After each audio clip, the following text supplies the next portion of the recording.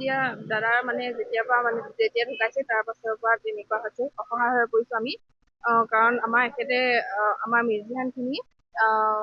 ৰাজীৱ দাৰ ওপৰতে ভৰসা কৰি থকা হৈছিলে কাৰণ কিয়নো আমি গোটেই বছৰটো মিউজিকৰ ওপৰতে ভৰসা কৰিবলগীয়া হৈছিল ন সেইকাৰণে আচলতে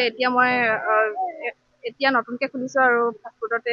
এনেকে শুকান বাকী দিবলৈ চেষ্টা কৰিছো কাৰণ জীৱনটোতো সংগ্ৰামী জীৱন সেইকাৰণে ভাবিলো কি ল'ৰাটো লৈ হ'লেও এনেকে ৰুটি চুটিকে বনাও কিবা এটা কৰো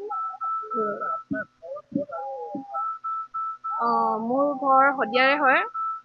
আৰু মোৰ নাম মনালিছা গগৈ চেতিয়া আমি ৰাজীৱ দাৰ কাৰণে আমি তিনিচুকীয়ালৈ আহিছিলো ৰাজীৱ দাৰ আশাতে শদিয়াৰ পৰা ওলাই অহা এতিয়া তিনিচুকীয়াত কিনো কৰিম অসহায় হৈ পৰিলো সেইকাৰণে এনেকে ৰুটি চুটিকে ল'ৰালৈ 9 মাহ চলি আছে 8 মাহ সম্পূৰ্ণ হ'ল হয় কালি সুবিধা আগবঢ়াম বুলি কৈছিলে কিন্তু আমি দাদা আৰু ল'ৰাটো ৰিবুৰ আৰু বৌৰ কাৰণে দিয়া পইচানো কিয় ল'ম বুলি আমি সেইকাৰণে আমাৰ ইহঁত 3জন নগ'ল আমাৰ এখেত নগ'ল তাৰপাছত আকৌ আৰু 3জন মিউজিচিয়ান নগ'ল আমি সেই পইচাটো আমাক নালাগে বুলি কাৰণ কিয়নো সেইবিলাক ৰিবু আৰু বৌৰ কাৰণে দি পঠিওৱা হৈছিলে সেইকাৰণে আমি নাভাবিলো যে সেইটো ল'ব লাগে বা উচিত নহয় বুলি ভাবিলো মোৰ স্বামীৰ নাম পংকজ চেতিয়া হয় কীবৰ্ড বজাইছিল তেখেতে কীবৰ্ড বজাইছিল এতিয়া একো কাম কৰা নাই কৰ্ম নকৰাকৈ আছে ঘৰতে সেইকাৰণে ভাবিলো ল'ৰাটো লৈ ময়ে কৰো কিবা এটা এতিয়া মিউজিকত থকা মানুহে বেলেগ কামো কৰিব নোৱাৰে লাজ লাগে বা ষ্টেজত উঠি থাকে সেইকাৰণে বেলেগ কাম কৰিব নোৱাৰে যে সেইকাৰণে ভাবিলো ময়ে কিবা এটা কৰো কোনোবা যদি সহায় কৰিব বিচাৰে যে আমাৰ পংকজ দাক যাতে কোনোবা ছিংগাৰ যদি বিচাৰে বজাবৰ কাৰণে চাই মেলি বজাব পাৰিব চাই ল'ব প্ৰথমতে সহায় কৰিব বুলি আশা ৰাখিলো আৰু ৰাজীৱ দিয়া দাদাৰ যেতিয়া ঢুকাইছে তাৰ পাছৰ পৰা তেনেকুৱা হৈছে অসহায় হৈ পৰিছো আমি কাৰণ আমাৰ এখেতে আমাৰ মিউজিয়ামখিনি ৰাজীৱ দাৰ ওপৰতে ভৰসা কৰি থকা হৈছিলে কাৰণ কিয়নো আমি গোটেই বছৰটো মিউজিকৰ ওপৰতে ভৰসা কৰিবলগীয়া হৈছিল ন সেইকাৰণে আচলতে এতিয়া নতুনকে খুলিছো আৰু ফাষ্টফুডতে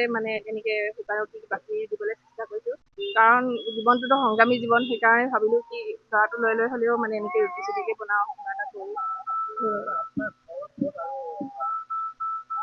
মোৰ ঘৰ শদিয়াৰে হয়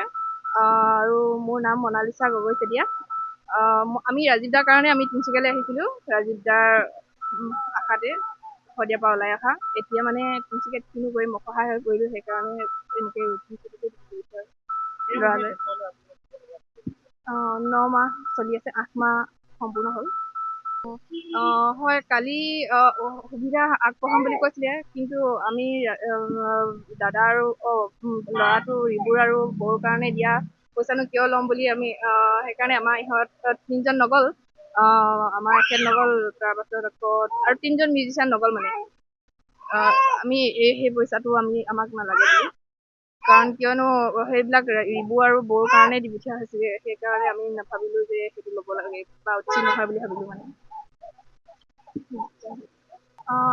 মোৰ স্বামীৰ নাম পংকজ চেতিয়া হয় কীবৰ্ড বজাইছিল তেখেতে কীবৰ্ড বজাইছিল এতিয়া একো কাম কৰা নাই কৰ্ম নকৰাকৈ আছে ঘৰতে সেইকাৰণে ভাবিলো ল'ৰাটো লৈ ময়ে কৰো কিবা এটা এতিয়া মিউজিকত থকা মানুহে বেলেগ কামো কৰিব নোৱাৰে লাজ লাগে বা ষ্টেজত উঠি থাকে সেইকাৰণে বেলেগ কাম কৰিব নোৱাৰে যে সেইকাৰণে ভাবিলো ময়ে কিবা এটা কৰো কোনোবা যদি সহায় কৰিব বিচাৰে যে আমাৰ পংকজ দাক যাতে কোনোবা ছিংগাৰ যদি বিচাৰে বজাবৰ কাৰণে চাই মেলি বজাব পাৰিব চাই ল'ব প্ৰথমতে সহায় কৰিব বুলি আশা ৰাখিলো আৰু